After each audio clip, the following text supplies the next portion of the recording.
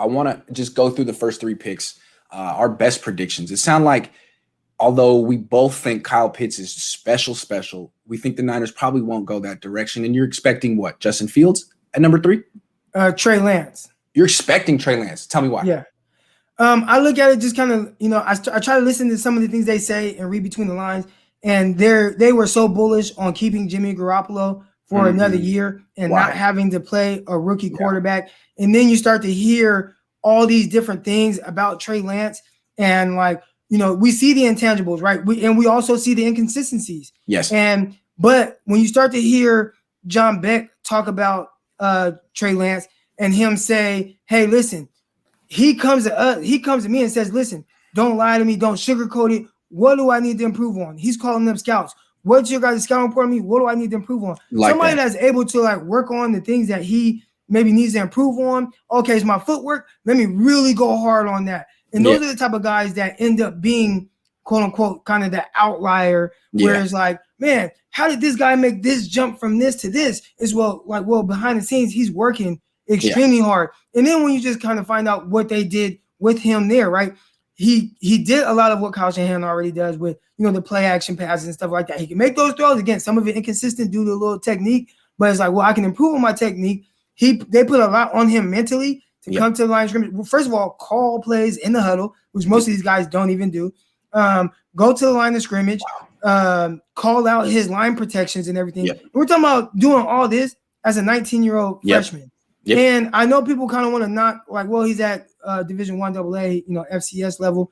But it's like, man, he did that on the biggest stage because he's at the biggest school in that division with all the pressure on his shoulders. And not only did he play well, they went undefeated and won every which way, whether it was him throwing balls downfield with his legs. And I just look at Kyle threw no picks. He played better at the same school than Carson Wentz did. Now, there were some passes that probably could have been intercepted, but even regardless, because most guys you factor in, they're going to throw a couple picks. Yeah. Just the fact that even then, he still did a really good job of taking care of the ball. I think Kyle is going to really like that. I think there's a skill set to where you can utilize right now if you had to play him and he can do well. But I think moving forward, when you find out somebody that has that type of mindset, and we see what Josh Allen, I'm not saying he's Josh Allen, but we're saying, we see the progress that Josh Allen has made and why he's made it and why you hear about, I see Trey Lance being that one person that can make those same type of jumps. And I think Kyle Shanahan is like, we were going to ride with Jimmy this year.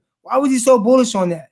I think because he has a kind of a plan to ease in somebody like Trey Lance.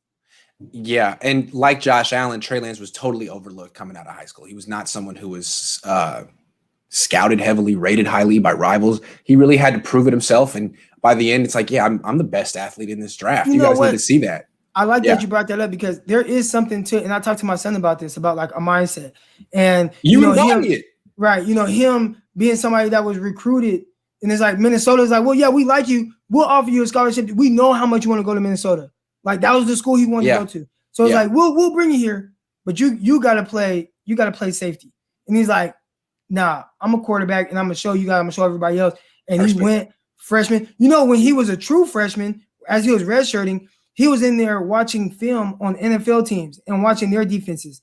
He studying that, trying to see what that looks like and go through reads and things like that. So this is a different level type of kid. And they say he interviews off the charts. Quincy Avery, his quarterback coach, said he's the brightest kid quarterback he's ever been around. And he also has worked a lot with Justin Fields, who is supposedly extremely bright as well. Absolutely.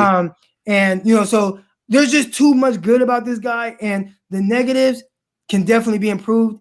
Is it risky? It's risky as hell. But I'd say, man, it's already risky using 3 first-round picks on one guy. So you might as well take a big swing. I do think he has a chance to be great. We'll see. I think he actually has the best chance to be great of all the quarterbacks not named Trevor Lawrence. He has some serious upside. Round 2, you think Tyson Campbell if he's there? I'm going to go Tyson Campbell. Okay. And then in round 3, you think the Niners make a little move up for Diami Brown? If Diami Brown is there, I think you have to do it.